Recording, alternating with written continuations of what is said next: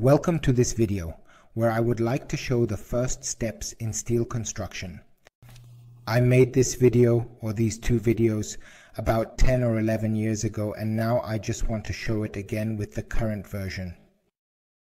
In this video, I will simply draw a small cardboard to demonstrate the various construction techniques and possibilities with HiCAD and Helios.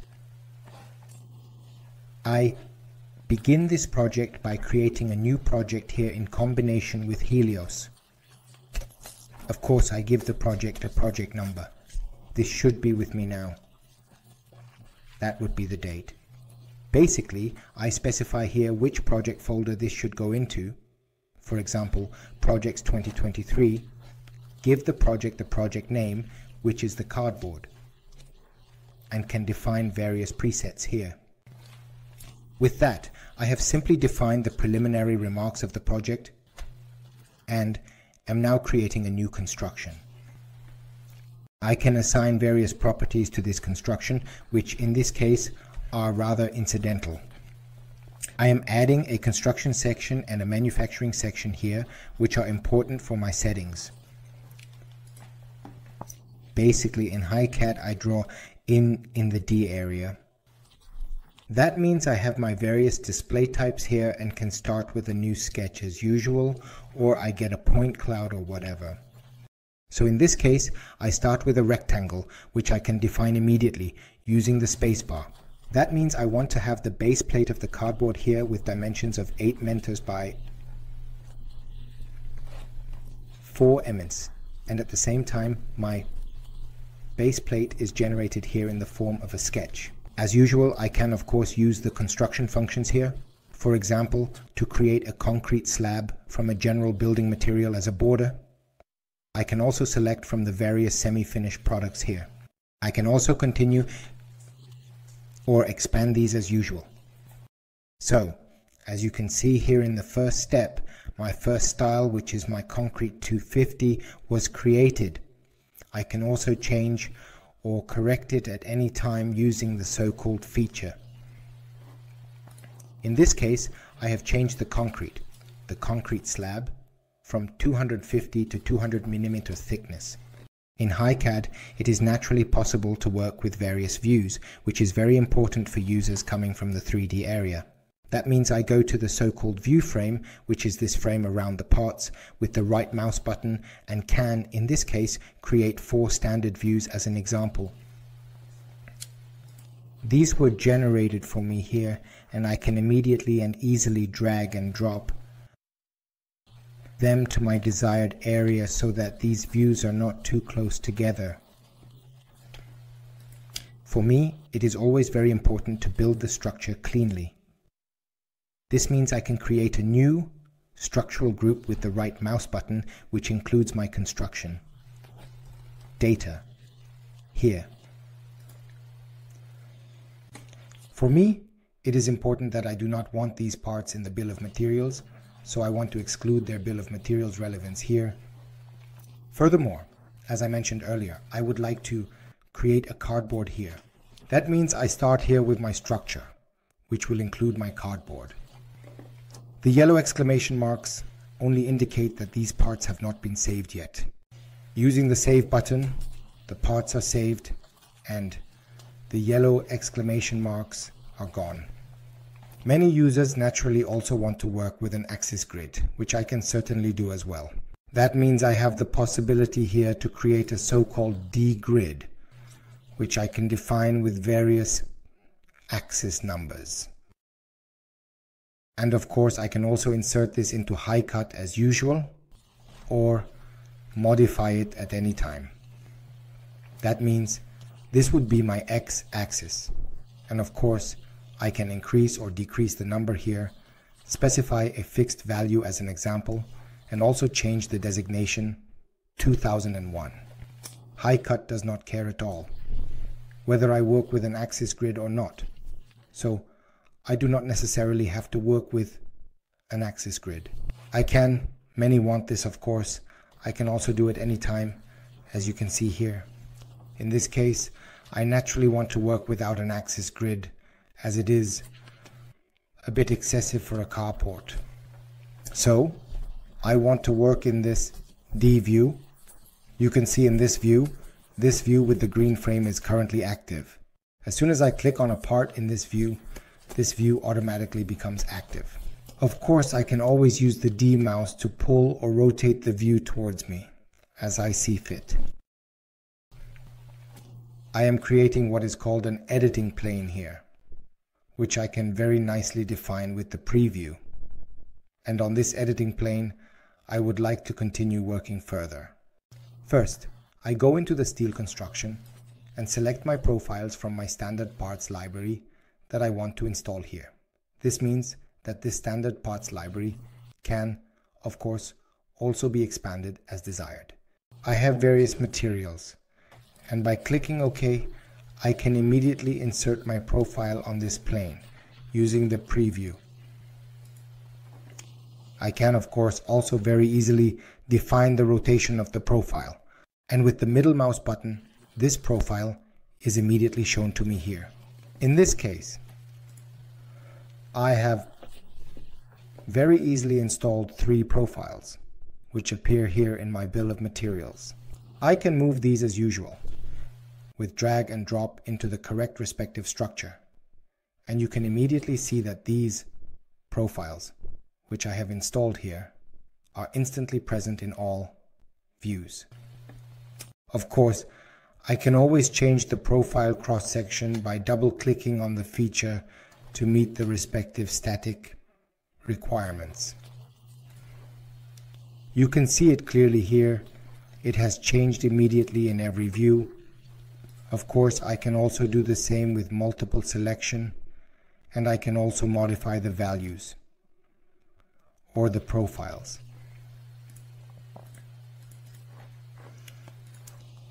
So now you can see I have changed my profiles. Now I want to focus more on the geometry and see that I have installed these profiles on this plane.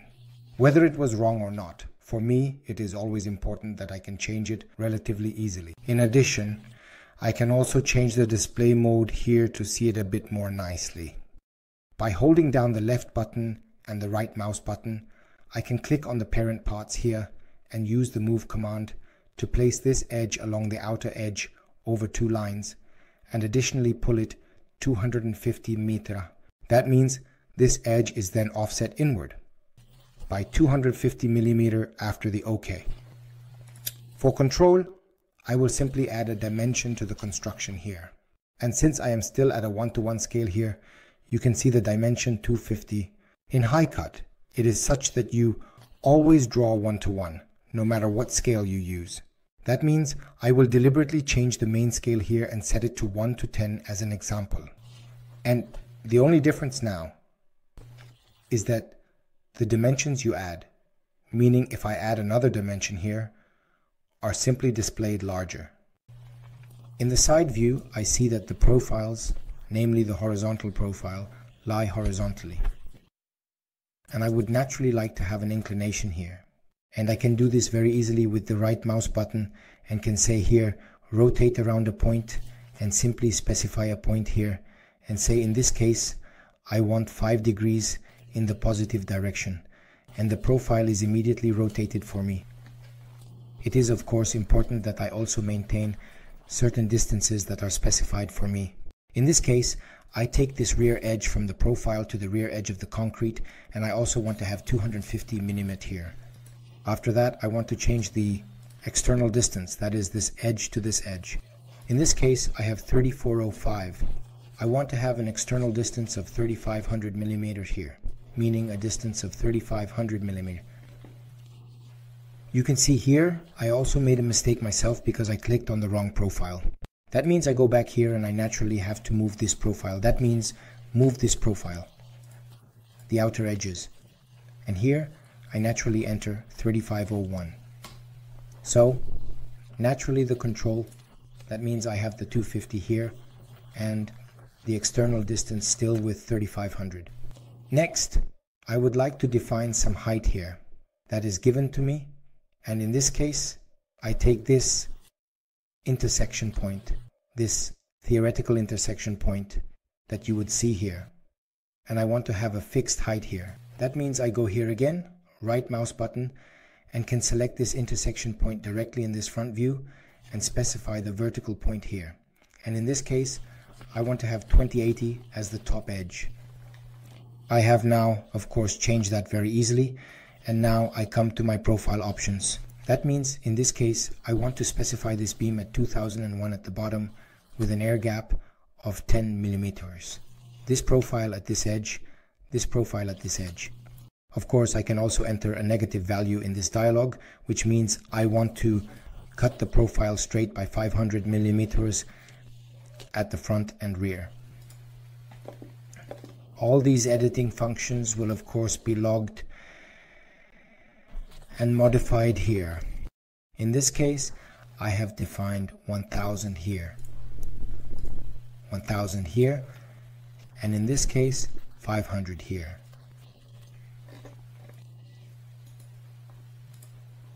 So, in the next step, I would like to go into the copy functions a bit. And in this case, I will first install a structure in between. That means I want to have this so-called frame here, which should only help me with structuring. And I simply move these profiles into this frame.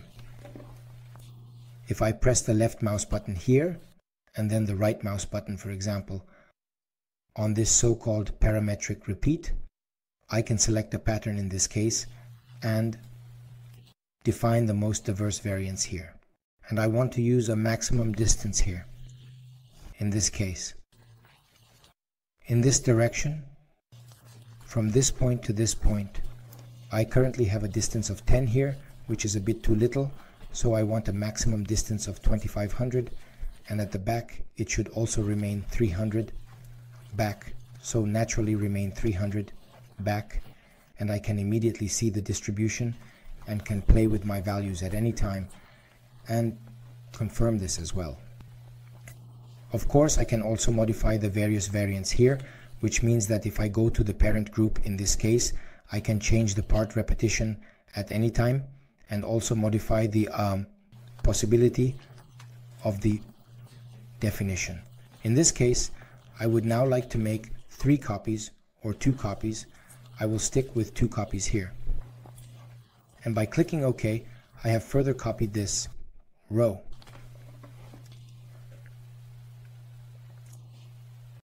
You can see here I have actually created this frame very easily, and I want to use certain construction techniques to make further edits very quickly and easily. That means, in this case, I want to reference this frame, meaning it should be treated the same way. And I want to do this within this construction, so that all identical parts, in other words, all identical frames, are grouped together. So, we have briefly highlighted the frames, which means I can easily click on a frame to a beam, I should say, of course click, and define my values here, such as how thick my base plate should be, what protrusions I want to have, which screwing I want, meaning which anchor, and which grid I want to have. That means I can define everything here with the distances that I want to have here. That means the distance to the left, the distance to the right. In this case, left and right would be 50-50, which means the distance is 100. Of course, I can also change it at any time, which weld seams I want to have on the backing plate and whether I want to have a base. And with OK, I simply just go ahead and install this connection in this case. You can immediately see here that this connection has also been installed on all consistent frames. Of course, I can always copy this connection further, which means in this case I want to copy it and have this connection on the front side as well. When it has been created, I am still in the command and click the middle mouse button, and thus this connection is also copied further. I am going to the next connection and want to join these profiles together here. I basically also have the option to choose contact connections here, 2001 in this case. For this combination, there is naturally none, which means I have to define it myself. Of course, I can define my stiffeners here, front, back, and which screwing I want to use again. Here, I can of course also compile the most diverse screwings from my screw library at any time with the dimensions. Which grid do I want to have? That means I also want to capture the distance for the inner spacing here and go to the root dimension of this profile. And which galvanization the weld seams and the backing plates have. That means I can adjust this here at any time. And of course I can also immediately reverse it. And with OK, I have installed this screwing with this connection. Usend, as usual, I copy this connection forward and thus have immediately modified my frame. Of course, I can continue to copy more frames here and they would be considered the same in this case. However, I have completed this frame in the first step and I now want to continue editing it individually. That means I no longer want to use this referencing and will delete it. That means I say here in this case delete referencing, active part plus the same parts, and the R that was with the frame is now gone. Now I can also work with various cross braces and would like to incorporate them here and say, for example, this profile with the profile, go through the values again, which types of fastenings, which types of connections, which connection points, which geometry, what I can set up, which weld seams I want to define, and with OK I build this connection. Of course I can also change it at any time as usual.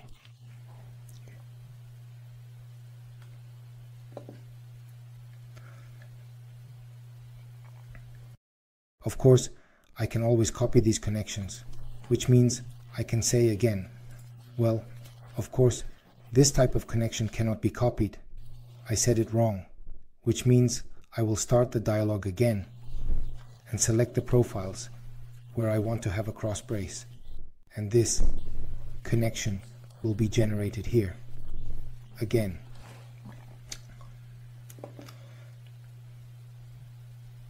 Thus, I can very easily create this construction. In the next step, I want to install profiles up here, which means I have created a plane here and can select my profiles from my profile library.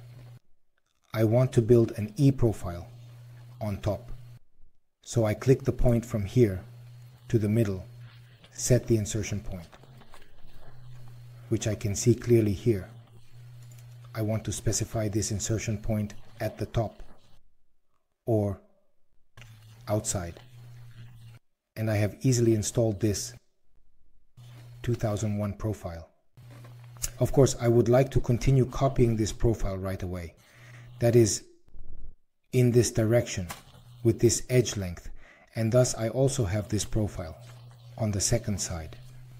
So, in the next step, I would like to define the roof for my carport, where my profiles will be immediately shifted.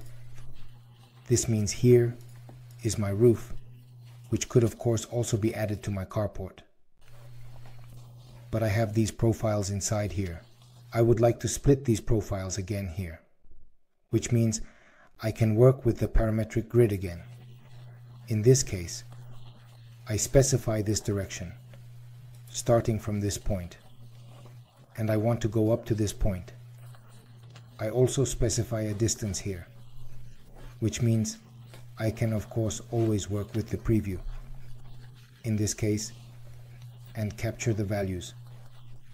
If, like me in this case, you don't know them by heart and have to guess. So I can of course switch here directly to the distance, since I don't know the exact distance, but I want to reduce the intermediate distance to 800. I can create this immediately and have generated these profiles here.